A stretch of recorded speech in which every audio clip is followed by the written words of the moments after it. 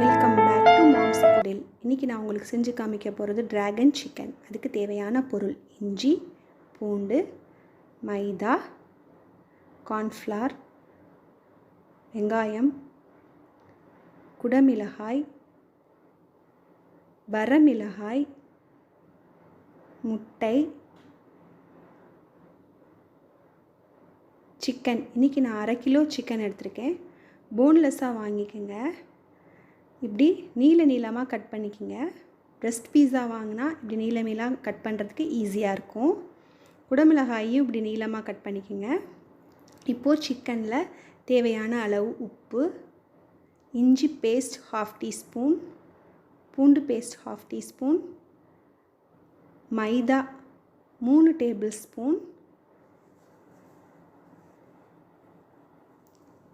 Dragon சிக்கனுக்கு மைதாவோட அளவு கூட இருக்கணும், கார்ன்ஃப்ளவரோட அளவு கம்மியாக இருக்கணும். இப்போ கார்ன்ஃப்ளவர் 2 டேபிள் ஸ்பூன். சாஃப்டாக இருந்தால் தான் டிராகன் சிக்கன் நல்லா ஜூஸியாக சாப்பிட்றதுக்கு நல்லாயிருக்கும். ஒரு முட்டை. இதில் இப்போது கார்ன்ஃப்ளவர் 2 டேபிள் ஸ்பூன், மைதா 3 டேபிள் ஸ்பூன் போட்டிருக்கோம். அதை நல்லா மிக்ஸ் பண்ணிவிட்டு அட்லீஸ்ட் ஒரு 1/2 அன் ஹவர் ஊற வச்சுருங்க. அப்போ தான் அந்த இஞ்சி, பூண்டு, உப்பு எல்லாம் சிக்கனோட மேரினேட் ஆகும்.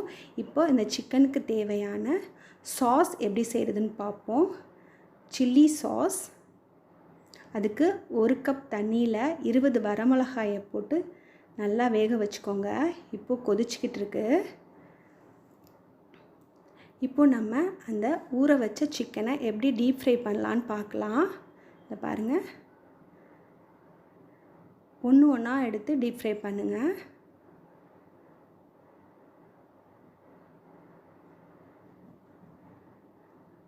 அப்படியே மொத்தமாக போட்டோன்னா அப்படியே சேர்ந்துக்கும், தனித்தனியாக வராது. பொறுமையாக ஒன்று ஒன்றா போட்டு வறுத்து எடுக்கணும்.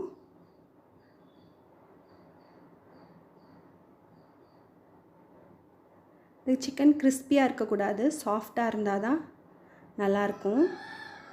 சீக்கிரம் வெந்துடும், ஓவர் குக் பண்ணாதீங்க. இதான் வெந்துடுச்சு. இப்படி ஒயிட்டாக இருக்கும்போதே எடுத்துடலாம்.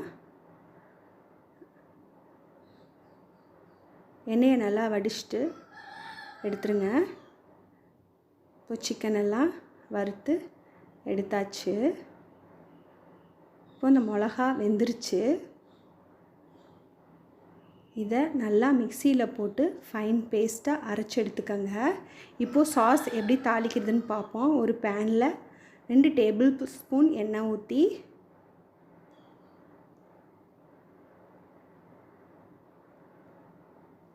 ½ டீஸ்பூன் இஞ்சி பொடி பொடியாக கட் பண்ணது,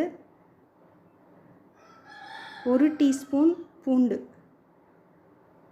போட்டு நல்லா வதக்கிக்கோங்க.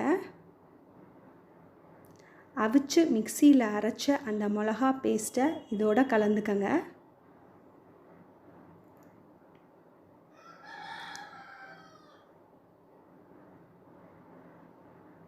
எண்ணெய் கொஞ்சம் தாராளமாக விட்டுக்கணும், அப்போ தான் நல்லாயிருக்கும். இதை நல்லா வதக்கி விட்டுக்கோங்க. இந்த சாஸ்க்கு பேர் schezwan சாஸ். இது ரொம்ப நல்லாயிருக்கும். இதில் 1/2 டீஸ்பூன் டொமேட்டோ சாஸ் ஊற்றிக்கோங்க. 1/2 டீஸ்பூன் சோயா சாஸ் ஊற்றிக்கோங்க. ½ டீஸ்பூன் வினிகர், தேவையான அளவு உப்பு, வினிகர் ½ டீஸ்பூன். இந்த சாஸ் எதுக்கு வினிகர் ஊற்றுறோம்னா, இந்த சாஸ் ஃப்ரிட்ஜில் ஒரு 3 மாதத்துக்கு வச்சுக்கலாம், கெடவே கெடாது. இதை ஃப்ரைட் ரைஸ், நூடுல்ஸ் எல்லாத்துலேயும் சேர்த்துக்கலாம், நல்லாயிருக்கும். இந்த சாஸ்க்கு பேர் schezwan சாஸ். நல்லா அந்த மிளகாயோட பச்சை வாடை போகிற வரைக்கும் நல்லா வதக்கிக்கங்க. இப்போது சிக்கனை எப்படி தாளிக்கிறதுன்னு பார்ப்போம். ஒரு பேனில் எண்ணெய் ஊற்றி 1/4 டீஸ்பூன் இஞ்சி பொடி பொடியாக கட் பண்ணது, பூண்டு 1 டீஸ்பூன், போட்டு நல்லா வதக்கிக்கோங்க. இந்த இஞ்சி பூண்டோட பச்சை வாடை போகிற வரைக்கும் வதக்கிக்கோங்க. குடமிளகாய் போட்டு வதக்கிக்கோங்க. குடமிளகாய் வதங்கினோன்னே வெங்காயத்தை போடுங்க.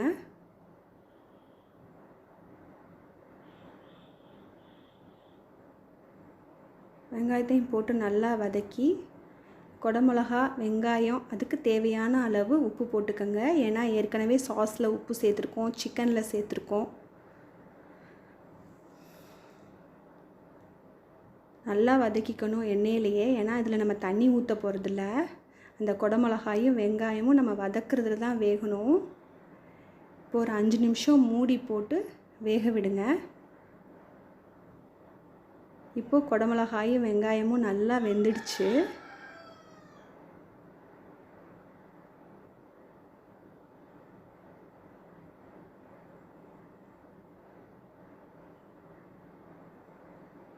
இதில் அந்த சில்லி சாஸை ஊற்றுங்க. ஒரு 3 டேபிள் ஸ்பூன் ஊற்றுறேன். அவங்கவுங்க காரத்துக்கு ஏற்ற மாதிரி பார்த்துக்கோங்க.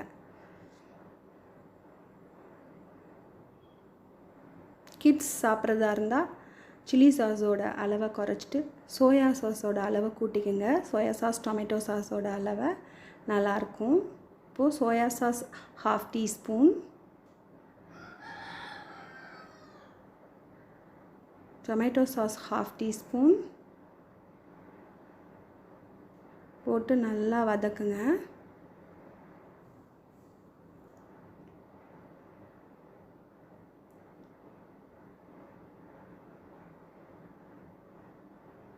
இப்போது நம்ம டீப் ஃப்ரை பண்ணி வச்ச சிக்கனை எடுத்து இந்த மிக்ஸோட கலந்துடுங்க. இப்போ பாருங்கள், இந்த சிக்கன் எப்படி இருக்குது பாருங்களேன். ஷேப் ட்ராகன் மாதிரி இருக்குல்ல.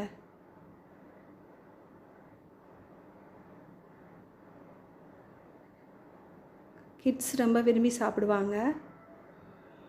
நல்லா அந்த வெங்காயம், குடமிளகா, சாஸ் எல்லாம் அந்த சிக்கனோட நல்லா மிக்ஸ் ஆகிற அளவுக்கு நல்லா கலந்து விடுங்க. இப்போ நல்லா மிக்ஸ் ஆகிடுச்சு.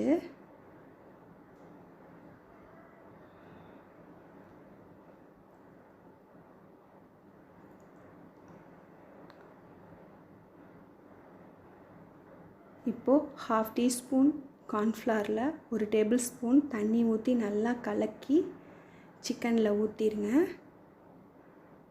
இது எதுக்குன்னா அந்த சிக்கனோட அந்த வெங்காயம், சாஸ், குடமிளகா எல்லாம் மிக்ஸ் ஆகும், ஒன்றா சேர்ந்து ஒட்டி வரும். அது ஊற்றினோன்னே பாருங்கள், இப்போ சிக்கன் எப்படி பார்க்குறதுக்கே ஒரு கிளாஸி லுக்காக இருக்குது பாருங்களேன். தனித்தனியாக உதிரியாக இல்லாமல் எல்லாமே சேர்ந்து வரும்.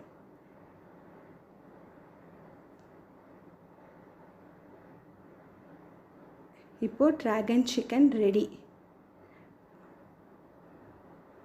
மேலே கொத்தமல்லி போட்டு கார்னிஷ் பண்ணிவிட்டு, உங்களுக்கு இந்த ரெசிபி பிடிச்சிருந்துச்சுன்னா லைக் பண்ணுங்கள், ஷேர் பண்ணுங்கள், சப்ஸ்கிரைப் பண்ணுங்கள். தேங்க்யூ.